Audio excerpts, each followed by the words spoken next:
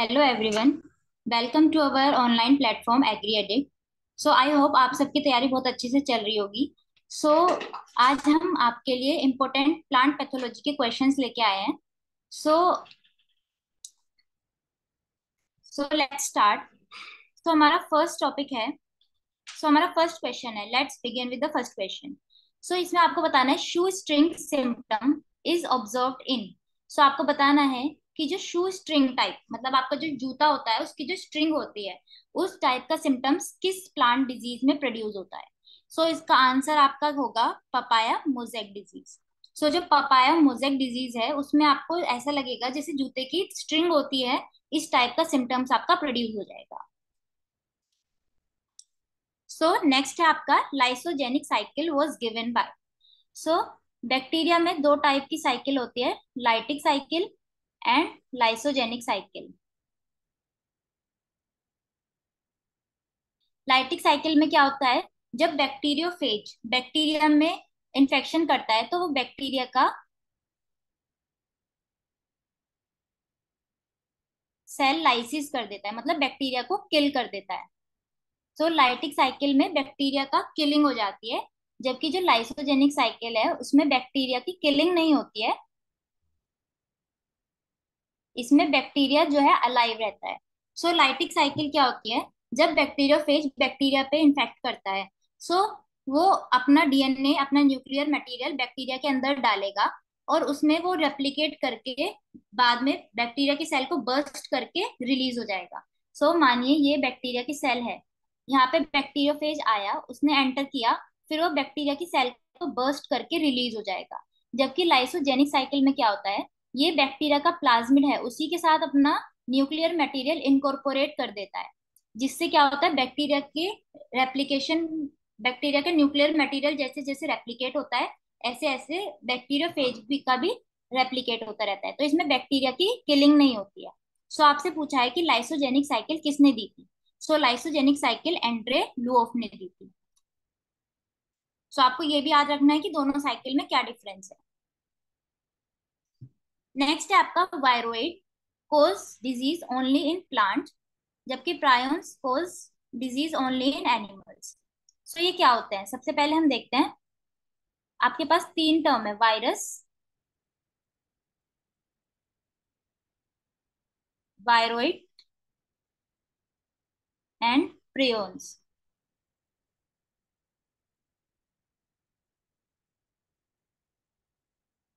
Virus में क्या होता है, वायरस में न्यूक्लिक एसिड होगा और साथ में प्रोटीन कोड भी प्रेजेंट होगी, जबकि वायरोइड में आपको सिर्फ और सिर्फ न्यूक्लिक एसिड मिलेगा और प्रोटीन में आपको प्रायंस में आपको प्रोटीन कोट मिलेगी।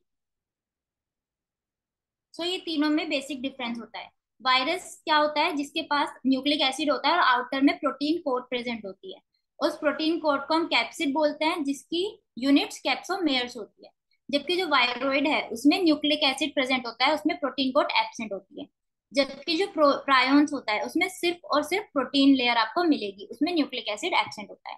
आपसे ये पूछ रहा है कि जो वायरोइड्स है वो सिर्फ और सिर्फ प्लांट में डिजीज करता है और प्रायोन जो है वो एनिमल्स में डिजीज करता है। ये बोथ स्टेटमेंट आपके करेक्ट है। नेक्स्ट अगेन आपका सिम्टम्स के बेस पे क्वेश्चन है, जो शेफर्ड क्रुक सिम्टम्स है आपको बताना है वो कौन शो करता है। शेफर्ड क्रुक सिम्टम जो है वो fire blight of Apple disease में होता है।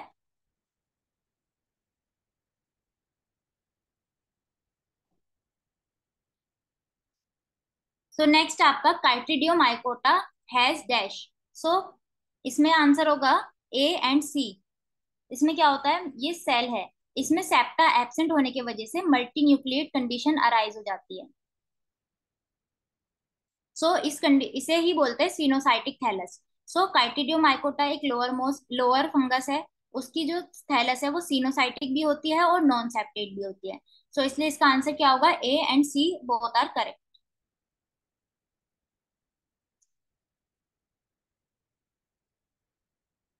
नेक्स्ट है आपका question, Mucorales are also called as. म्यूकोरेल्स हमने पढ़ा था, तो ये बोल रहा है कि जो म्यूकोरेल्स है जिसमें म्यूकर आते हैं उन्हें क्या बोलते हैं, उनका और दूसरा नाम क्या है। म्यूकोरेल्स को हम पिन मोल्ड फंगस भी बोलते हैं। सो आपको ये याद रखना है, म्यूकोरेल्स और also called as pin moulds. Next है एंडोस्पोर्स। तो आपको पता है जो फंगस है वो स्पोर्स का प्रोडक्शन करती है, जबकि जो बैक्टीरिया है वो स्पोर्स नहीं बनाते हैं। लेकिन कुछ कुछ बैक्टीरिया हैं जो कि स्पोर्स का प्रोडक्शन करते हैं। सो एक्सेप्शन है आपके, कुछ कुछ हैं जो एंडोस्पोर्स का फॉर्मेशन करते हैं। सो आपको ये एक्सेप्शंस याद रखने हैं। सो जो बैक्टीरिया एंडोस्पोर्स बनाते हैं वो है Bacillus and Clostridium. These are the correct answer. So इसका आंसर क्या हो जाएगा? D. Both A and B is the correct answer. So Bacillus and Clostridium both are forming the endospores. Next आपको बताना है इसमें से कौन सा वायरस है जो डबल स्ट्रैंडेड डीएनए कंटेन करता है। सो इसका आंसर होगा कोलिमो वायरस, मतलब कॉलीफ्लावर मोजेक वायरस। इसका एग्जाम्पल होगा जिसके पास डबल स्ट्रैंडेड डीएनए होता है।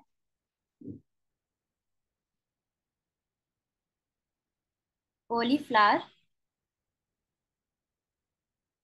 Mosaic virus. So cauliflower mosaic virus contain double stranded DNA. So next है आपका question, significant contribution of on the epidemiology of disease cycle of stem rust of wheat. So wheat का stem rust किससे होता है? Puccinia, graminis, tritici. So ये black rust of wheat cause करता है। सो जो इंडिया, ये आपसे पूछ रहा है कि इसमें बहुत ज्यादा कंट्रीब्यूशन इसको बताने में किस साइंटिस्ट का रहा है, तो वो है केसी मेहता। सो आपने उनकी रस्ट की साइकिल भी पढ़ी है, केसी मेहता ने रस्ट साइकिल दी थी। सो नेक्स्ट आपका मोस्ट वाइडली यूज्ड फंजीसाइड। जो रस्ट है उसके लिए मोस्ट वाइडली फंजीसाइड कौन सा यूज होता है? प्लांटावैक्स। विटावैक्स किसके लिए यूज होता है? स्मट। सो इसमें दोनों में कंफ्यूजन होती है। सो जो विटावैक्स है वो स्मट के लिए है, और जो प्लांटावैक्स है वो हम रस्ट के लिए यूज करते हैं। नेक्स्ट है आपको बताना है sexual spore produce by fungus causing downy mildew disease. तो जो डाउनी मिल्ड्यू डिजीज कोज करता है उसमें सेक्सुअल स्पोर के रूप में कौन सा स्पोर प्रोड्यूस होता है? सो इसका आंसर होगा आपका ऊ स्पोर। सो जो डाउनी मिल्ड्यू फंगस है वो क्या बनाती है सेक्सुअल स्पोर के रूप में? ऊ स्पोर्स। नेक्स्ट आपका ग्रेट बंगाल फेमाइन जो कि 1943 में आया था, आपको बताना है वो कौन सी डिजीज की वजह से आया था। सो वो है brown leaf spot of rice, और इसका पैथोजन है हेलमिंथो, स्पोरियम और IG. So keep remember that. So next question आपका, कैप्टान फंजीसाइड जो है वो किसने इंट्रोड्यूस किया था? तो इसका आंसर क्या होगा? किटेल्सन। किटेल्सन ने कैप्टान एक फंजीसाइड के रूप में इंट्रोड्यूस किया था। नेक्स्ट है टर्म वायरस। सो टर्म वायरस किसने इंट्रोड्यूस की थी? बेजरनिक ने टर्म वायरस को इंट्रोड्यूस किया था। क्रिस्टलाइजेशन भी आपके लिए बहुत इंपॉर्टेंट है इसमें। सो स्टैनले ने क्रिस्टलाइजेशन ऑफ वायरस किया था।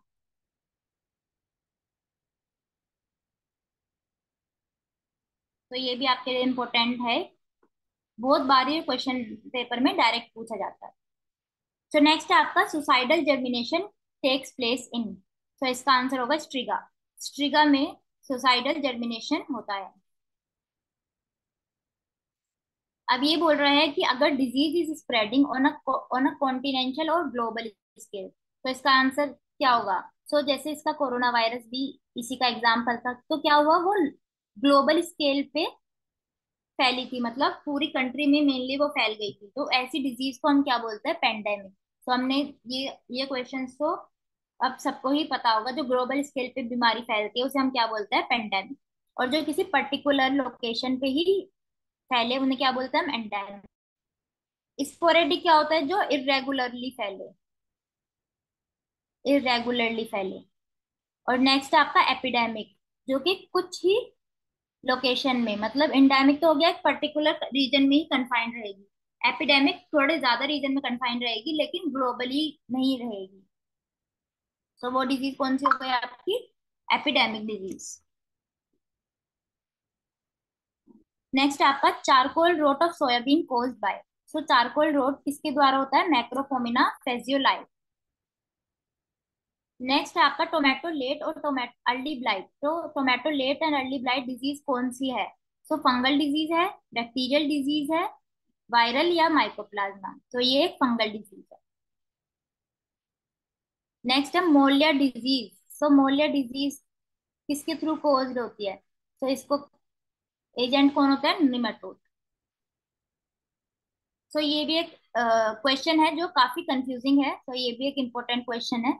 जो राइस ग्रासी स्टंट है वो किससे ट्रांसमिट होता है? सो ये होगा ब्राउन प्लांट होकर।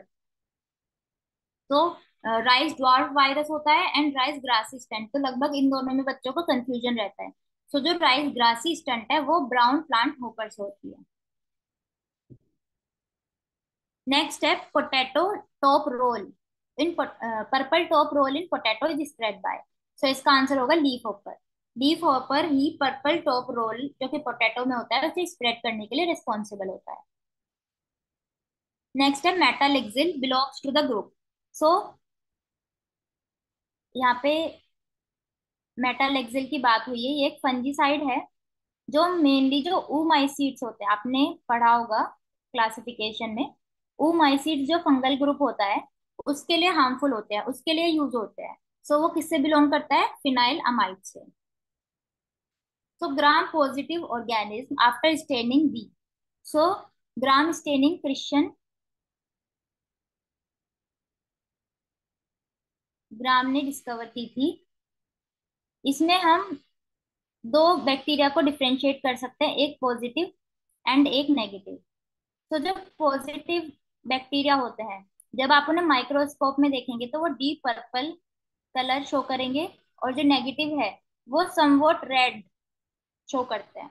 सो इसमें क्या आंसर होगा? Deep purple. Gram positive deep purple करते हैं और gram negative red colour show करते हैं। नेक्स्ट आपका गैमेटेंजियल कॉपुलेशन मेनली ऑब्जर्व इन। तो ये एक प्रोसेस है सेक्सुअल रिप्रोडक्शन की। ये किसमें शो होती है? सो ये जाइगोमाइसीट्स में होती है। तो इस प्रोसेस के बाद जाइगो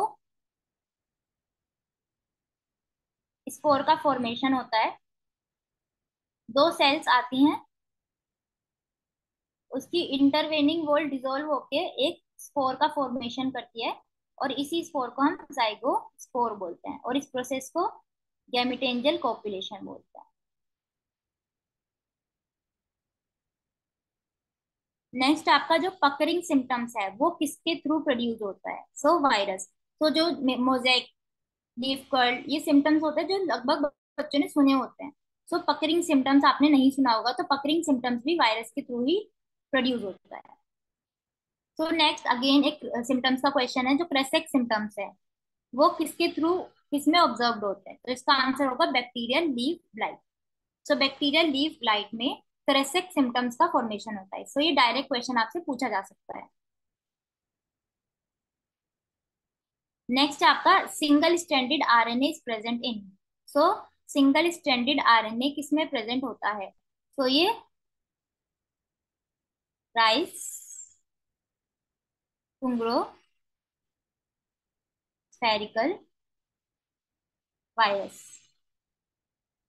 तो ये आरटीएसवी में सिंगल स्ट्रैंडेड आरएनए प्रेजेंट होता है। सो ये आपका करेक्ट आंसर है। सो नेक्स्ट क्वेश्चन है the early leaf spot of groundnut. So groundnut में दो डिजीज हमने देखी है, late leaf spot and early leaf spot.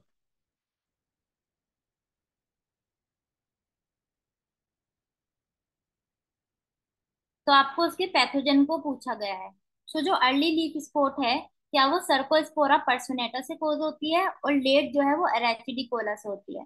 सो ये उल्टा गिवन है। सो लेट लीफ स्पॉट जो है वो पर्सोनेटा से होती है, और जो अर्ली है वो एराचिडिकोला से होती है।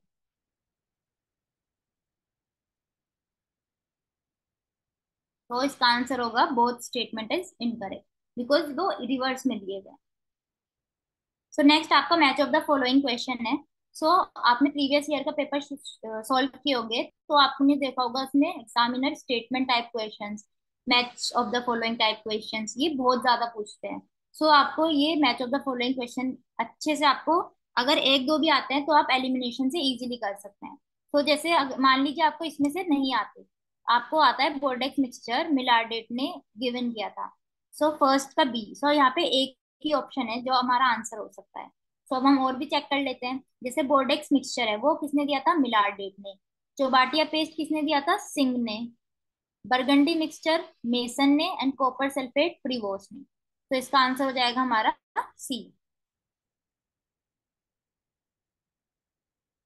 नेक्स्ट आपका virus having percent of nucleic acid. So मैंने अभी आपको बताया था वायरस में दो चीजें होती है, एक तो होती है न्यूक्लिक एसिड और एक होती है प्रोटीन कोट। सो आपको पूछा है कि न्यूक्लिक एसिड कितना होता है। सो वायरस में न्यूक्लिक एसिड 5 to 40% होता है। तो प्रोटीन कंटेंट कितना हुआ, 95 to 60%।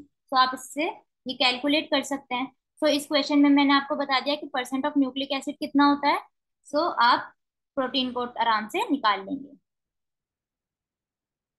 नेक्स्ट आपका जॉन निधम, आपको बताना है कि ये किस चीज के फादर है, किस पैथोलॉजी के फादर हैं, माइकोलॉजी के फादर हैं, सीड पैथोलॉजी या फिर निमेटोलॉजी। तो जॉन निधम जो है वो निमेटोलॉजी के फादर है।